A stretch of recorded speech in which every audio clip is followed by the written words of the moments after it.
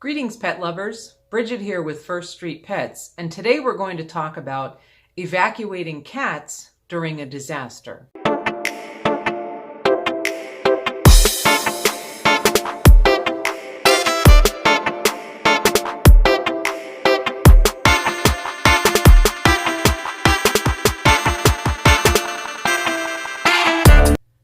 Living in California all my life, I have experienced a number of disasters, mostly wildfires, especially in recent years.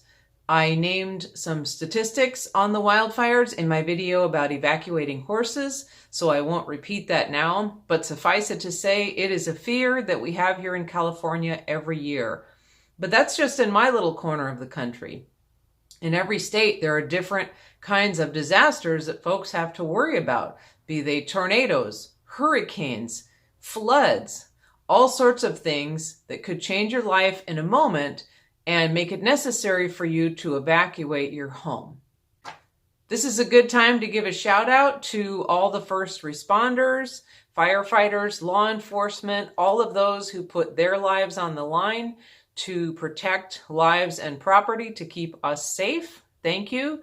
One of the ways that we can honor them is by respecting evacuation orders. Sometimes people don't do this, they delay, they refuse.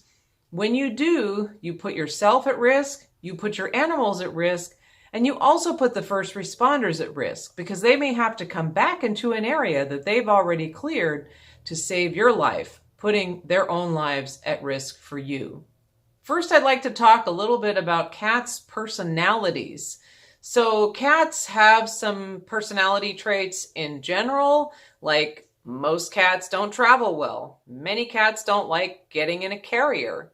Most cats don't like change. These are kind of general things that are true of most cats. But then every cat has a different kind of personality. And that's important for you to understand your cats and how you will handle them during a disaster, during a stressful situation. Now, some cats are very outgoing. They like people. Someone comes over to visit you, the cat comes out with the tail up and wants to meet them, while other cats are very skittish. They'll hide under the bed.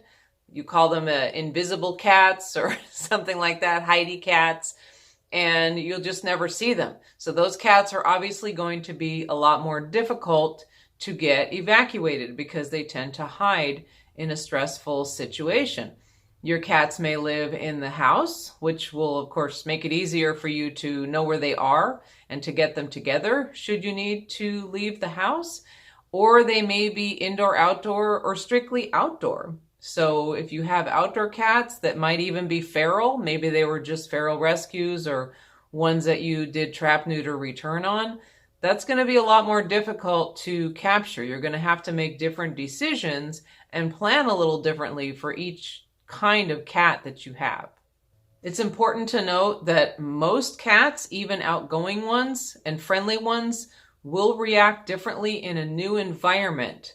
Through Mission Reunite, I hear stories like this every day where folks are missing a cat and they go to pick up their cat when they find it and the cat freaks out because they're in a different environment. So it's very important to understand that your cat will respond differently and to plan accordingly, which we'll talk about later in this video. Preparation will make evacuation day go so much more smoothly. Of course, we don't want to deal with it. We don't want to think about these things happening to us. But if we don't, we just make our lives that much more difficult and put our cats at risk. One of the most important things you can do to get ready for a potential evacuation is to condition your cats to go into a carrier or into a crate. Now think about it. Most cats don't like going in the carrier. It's like being stuffed in a suitcase. You wouldn't like it either. And generally, where are they going? Probably to the vet or someplace that they don't want to go. So they don't have a lot of positive associations with a carrier. You can change that by leaving the carriers out in the open, doors open, maybe even tie the door open so it doesn't shut accidentally. And you can put some food or special treats inside the carrier. Now, super important, Do not close the door. The idea isn't to get the cat in and then close the door, because you'll defeat the purpose. You want them to feel like they can go in and out freely of the crate or carrier and develop a comfort level with it. So when the day comes when you have to load them up in there, it's going to be a little bit easier. So just leave them out, put some treats in there, let them get used to seeing them and to going in and out freely. If you have friendly outdoor cats or indoor-outdoor cats and an evacuation may be happening soon, and sometimes you won't know, but often you will. There will be a fire. It's not really close to you, but a little too close for comfort. Or there may be some weather changes that you're seeing where there's a concern that you may be in the line of fire and you may need to evacuate at some point. This is a good time to bring your cats in the house. Or if they are already in the house, to kind of get them in an area where they are easier to find. Now, obviously, this is going to depend on the layout of your house. But you know that cats can hide really easily, and there are some areas where they can hide and you'll never be able to find them, or you can't get them. They're up on high rafters in the garage or something like that, where in an evacuation situation, you're not going to have time to climb around looking for them. You're going to want them, say, in a bedroom or whatever, some room in the house where they are easier to capture and it's harder for them to hide and you can't find them. All of your cats should have some kind of identification. I recommend that every cat be microchipped and that the chip be registered. Just without question, this should be done. It's a simple procedure. It's inexpensive. If you haven't done it already, call your vet today and get your cats microchipped. I have already recorded several videos on microchipping and registration and how that process all works, because there's quite a few moving parts. So rather than repeating all that, I'm going to link those videos in the description, and I encourage you to watch them in any case to understand how microchipping works and what you need to do to get your cat chipped and to make sure that that registration is current so that the chip will do what it is supposed to do and provide ID should your cat become lost. You will want to have those microchip records on hand, whether on your phone, on paper, stored on a cloud. You want to have that information at hand. You want to be able to double check that the chip is currently registered. Maybe you had your cat chipped 5 years ago and you don't exactly remember if you registered or if you changed it after you moved or changed a phone number. So you want to have that number so you can look it up and make sure the registration is current. Also, should your cat go missing during evacuation, maybe you weren't able to find your cat when you were trying to get out of the house, or maybe he went missing in transport or at the new location, you want to be able to call the chip company and give them an alert and report the cat missing. So very important to have that information with you one way or the other. It's also a good idea to have a good clear photo of each cat in your phone, which can also provide ID. If you are looking for your cat, as I said, if they've gone missing, which may happen during evacuation, or you weren't able to find them at the time you were leaving, you have a good picture that you can show individuals, that you can show to a shelter if you're trying to find your cat or make a report, or just to prove identification that these are your cats. So those are pictures you obviously want to get ahead of time. Have a good picture for each cat. And I would suggest storing them in a separate folder on your phone. If you don't know how to do that, find somebody who's a little more techie who can set that up for you. Because I know in my phone at any time, I'll have like 1,000 pictures. So I don't want to have to be scrolling through looking for those pictures. So it's a good idea to set up a folder. You can have a picture of your cat, a picture of the microchip numbers, or any other kind of information you need. So it's right at hand. There's a lot of controversy around whether or not cats should wear collars. I personally do not recommend that cats wear collars. I have seen and personally experienced many devastating accidents between cats and collars, even the breakaway kind, even the stretchy kind. However, if your cat does wear a collar, then there should be an ID tag on it. So that goes without saying. You can order them now online through Amazon. You can buy them at many pet stores. So if your cat is wearing a collar, definitely get an ID tag on with a good phone number where you can be reached at any time. You will want to have all of your supplies at hand. Now, if you're like me and have a lot of cats, you buy food in large bags. Well, I'm probably not going to be able to grab a bunch of huge sacks or the huge bin that I pour all the food into. So it's a good idea to keep either a small bag set off to the side or a small container, even like a little Tupperware or the kind that you would put cereal or rice in, something like that that's easy to pack in your bag and grab and go if you're leaving in an emergency. Now, your cats may be on a special diet. Many people favor a raw diet or a special diet of cooked foods rather than something that's processed. However, you may not be able to take that with you or to prepare it where you're going. It all depends on the situation. So if you're just going to a friend or relative's house not too far away, make sure you have that food that you can pack it up and take it with you in a way that it won't spoil. Put it in a cooler or something like that in a Tupperware.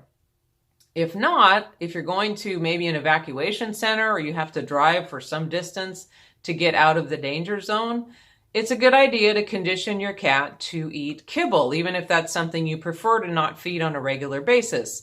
You can just give them a few pieces as a little treat so that they'll eat it. So should you need to have something that's easy to buy and travel and feed them in an emergency situation, that at least you know they will eat it until you can get back home and things get back to normal.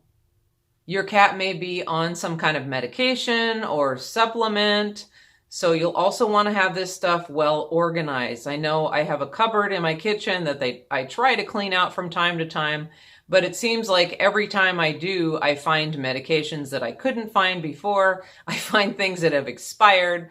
So definitely keep your medication and supplement area clean and organized so when it's time to go, you can grab the things you need, put them in your bag, and be on your way. It goes without saying that you need one carrier per cat. So, cats are like potato chips. You can't have just one. And if you're in rescue and have sucker written on your forehead, like unfortunately many of us do, you will sometimes end up with more cats than you planned on having. So you want to make sure you have a carrier for each cat, that it's clean, that it's in good condition, and that it's in a place where you can find it. You know those carriers you have that maybe only have 2 out of the 8 or 10 screws that it's supposed to have in it. You don't want to be using a carrier like that during a disaster. They can come apart very easily. So now's the time to look at all your carriers, wash them, replace any screws or parts that need to be replaced. If they're in really bad shape, just buy another one. They're not that expensive. You can get them online or at any pet store. When I first moved into my home where I live now, I had boxes and boxes of stuff in the garage and I was trying to get organized. So I brought a bunch of stuff to a self-storage locker to make myself some room to work with in the garage. Well, one of the things I brought there was my cat carriers. And then one night in horror, I realized, what if something happened and I needed to load them up? My cat carriers aren't here at the house. They're at the storage locker, which also has business hours. So if I needed them in the middle of the night, I literally wouldn't have been able to get them. So that kind of spurred me to finish cleaning the garage and get those carriers back home and organize where they would be at hand when needed. As I mentioned, many cats, even friendly, outgoing cats, can freak out and be difficult to catch or handle during a disaster type situation. Or if you have outdoor cats, feral cats, it's not a bad idea to have a humane trap on hand. And I'll put a link in the description about that. Now, this is something that if you're doing TNR, if you're involved with rescue, you may already have 1 or 2 of these, and that's great.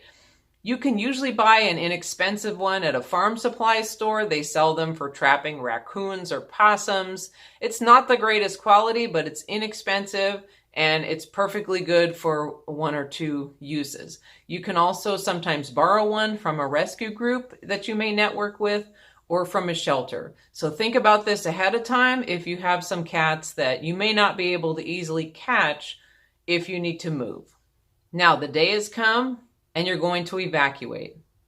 So my number 1 piece of advice is take a deep breath. Remain calm. Easier said than done, I know. I'm not the one that's fleeing from a fire right at this moment, although I have had to. But you want to remain as calm as possible, because I don't have to tell you that animals pick up on your emotions. If you're freaking out and yelling and banging stuff around, the cats are going to disappear. You're not going to be able to catch them. Or you may try to catch them and you may be scratched or bitten. So now you're going to have another problem in addition to trying to evacuate. So remain calm, be organized, have your carriers and everything ready, have a plan, and follow that plan. Never ever transport loose cats in a car. I feel silly saying that, but people do it all the time. I can't tell you how many calls I've gotten for missing cats because they were being transported loose in a car without a carrier at all, or because the carrier was opened in the car because the kids wanted to pet the cat or they wanted to let the cat out to stretch its legs. Cats are pretty amazing. They can get out of a window that's open just a couple of inches. Or if you open the door to get out, you think you're going to close it quickly enough that they can't get out after you. Wrong. This happens very often, unfortunately. So always have your cat in a secure carrier while they're going to and from the house to the car and the whole time that they are in the car. No matter what happens, if they throw up, if they have diarrhea, you're just going to have to wait till you get to where you're going and in a safe room to let them out and clean out the carrier. When you get to where you're going, you're probably going to want to let your cats out because they've been stuck in the carriers for a while. Depending on how long you've had to drive, if you've been stuck in traffic, as often happens during evacuations. But I'm going to tell you, please don't let them out until you are in a 100% secure situation. Now, this is going to depend on where you're going. If you're going to a friend or relative's house, it's going to be a little easier. Maybe you've been given a bedroom or a part of the house that you can stay in. So you'll want to go in that room, set everything up ahead of time. Food, water, litter pan. Make sure that the room is secure. Windows are closed. Closets are closed. There's no hazards in the room. Bring the carriers in, close the door, and then open the carriers. Let the cats come out when they want to. They may want to stay in the carrier for a while. Some will dart right out, some won't move. Every cat responds differently. Don't try to pull them out of the carrier or dump them out of the carrier. I see people doing this and I don't get it. It's like dumping soup out of a can. Leave them in the carrier until they want to come out. Open the door and just sit quietly, read, hang out with them, or leave the room. Now make sure the room is secure. If you're in someone else's house, people may be opening the door to check on you. There may be curious children. So close the door. Lock it if you have a way of unlocking it from the outside, if it's an interior door. Put a sign on the door, do not open, cats. Make sure those cats are secure because, as I said, many cats go missing in transport or at alternate locations. And that's much more difficult than when they're at home because if they get out, they're not going to know where they are and they're going to be totally freaked out. So do all you can to keep them safe at the evacuation location. If you were at a temporary shelter, for example, a fairgrounds or a gymnasium, it's going to be a little tougher. After the 2017 fires, I volunteered at my local fairgrounds to assist people who were evacuating with pets. So I was tending to all their pet needs, making sure they had food and water if they needed anything. And for some folks with cats, it was tough because they evacuated that morning and weren't sure if they could go right back home or would be there for days or however long it would be. And so one lady was there with about 6 or 7 cats and carriers sitting there on her cot saying, well, where can I let them out to go to the bathroom? What am I going to do? So fortunately, that lady was offered help from another resident who lived close by, and this was not in a danger zone. So they let her come over to their house, let the cats out in a secure room just to rest and to use a litter box and get food and water. So that was great that that kind person helped her because it was nowhere secure at the fairgrounds to let the cats out of the carriers. Another man in the same situation asked me, people were letting their dogs walk in a field across the street to go to the bathroom on leashes. He thought he could bring his cat over there and do the same. I said, does your cat walk on a leash? No. He thought he could just let the cat out of the carrier and it would go to the bathroom and this wouldn't be a problem. So I implored him to not do any such thing and just wait till we could get the cat in a secure location. If you're in a situation like that or there's no great option, one of the things you may be able to do is to set up a dog crate or a larger crate of some sort with food, water, and a litter pan. But again, you're going to have to be very careful transferring the cat to and from this crate because the cat may get out. But that is sort of a last resort option if the cat just can't be in this carrier and you're going to be there for 12 hours, 24 hours, 48 hours. They're not going to be able to stay in the crate all that time. But whatever you do, just be extremely careful. So in conclusion, be prepared. Don't wait. Plan ahead. Nobody wants to deal with this stuff, but we have to. And the better prepared we are, the easier it will be. When the time comes, act quickly, but don't panic. Have a plan and follow that plan. Follow all the steps to prevent your cats from getting out, from getting lost. Understand your cat's personality so that you will better be able to manage him or her during an emergency situation. Make sure that it is safe for you and your cat to return home before doing so. I hope you found this video helpful. Please share with any of your animal owning and loving friends and associates. This is the second in the series on disaster planning for animals. There will be some helpful links in the description to other websites and videos and organizations on this particular topic. Thank you for watching. Please subscribe to my channel.